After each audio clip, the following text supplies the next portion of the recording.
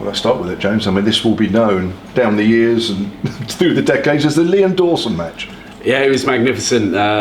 Obviously, first innings with the bat, second that, picking that big score on the board and that partnership with Gubbo. I think we were 90 odd for 3 and then 100 and something for 4. So it was a big part in the game.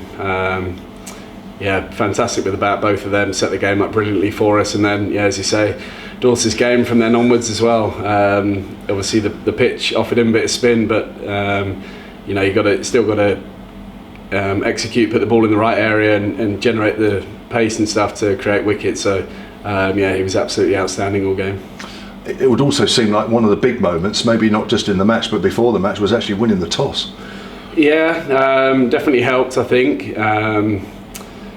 But I think there was enough spin there on day one. I think their 2 spinners probably aren't as big a turners of the ball as Fee and Dawson in particular. So I think it offered assistance, but no doubt that batting first and with the sun out and the dry weather that we've had, we hoped it was going to offer more spin as the game went on, and it proved that way. So the first innings runs were crucial, and then the bowling display first innings, and ahhed briefly about whether to stick them back in, but we felt that was so many runs on that wicket that we had enough not to need to bat again. So and again, Daw's second innings with the ball was outstanding.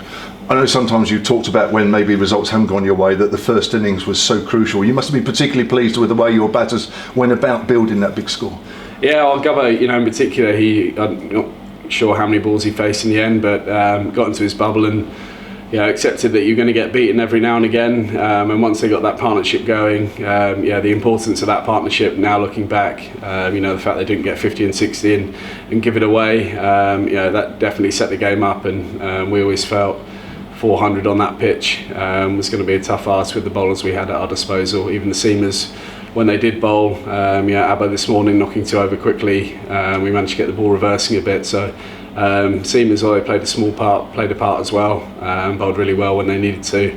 But again, it comes back to Dawson. It's just an amazing game by him. I must ask you specifically about him, because in the recent past I've asked him about you, because you're having a particularly good season. Now your chance to have a talk about him, because I don't know if you're aware of this stat, but he's the first Hampshire player for 122 years in first class cricket to score an individual 100 and take 10 or more wickets in a match. Yeah, it's an amazing effort. If the wicket's going to be offering him assistance, then you'd think it would be tricky to bat. So for him to be able to score runs and then take that many wickets, as I said before, I think he struggled a bit with the bat early in the season, but the last month or so, 3 or 4 games, he's looked in good form with the bat, has really composed, took great options, in really good form, and then with the ball, you're just able to keep hitting an area, getting as much out of the wicket as possible. Maybe got a little bit tired today, but that's understandable. But it's an incredible effort, as you say, to get 112 wickets in the game, whatever he did. History tells you that's one of the best performances you'll see. And for the moment, you're second in the table.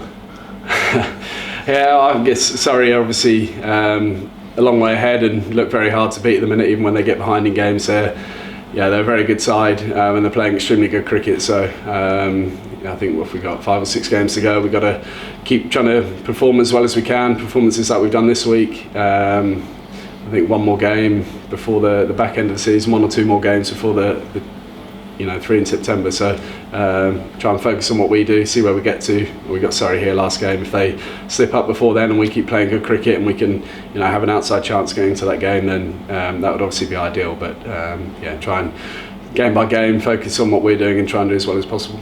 Just finally, you're darting about, aren't you, between Championship and T20. You've got a couple of big T20s coming up starting Friday night. Yeah, the extra day off is going to be handy. As you say, 2 big games over the weekend. It seems to get down to this time in T20 and we're always scrapping to make sure we qualify. Probably better place than we have been in previous years, but I think the only way we're guaranteed is 2 wins. So as you say, 2 big games over the weekend.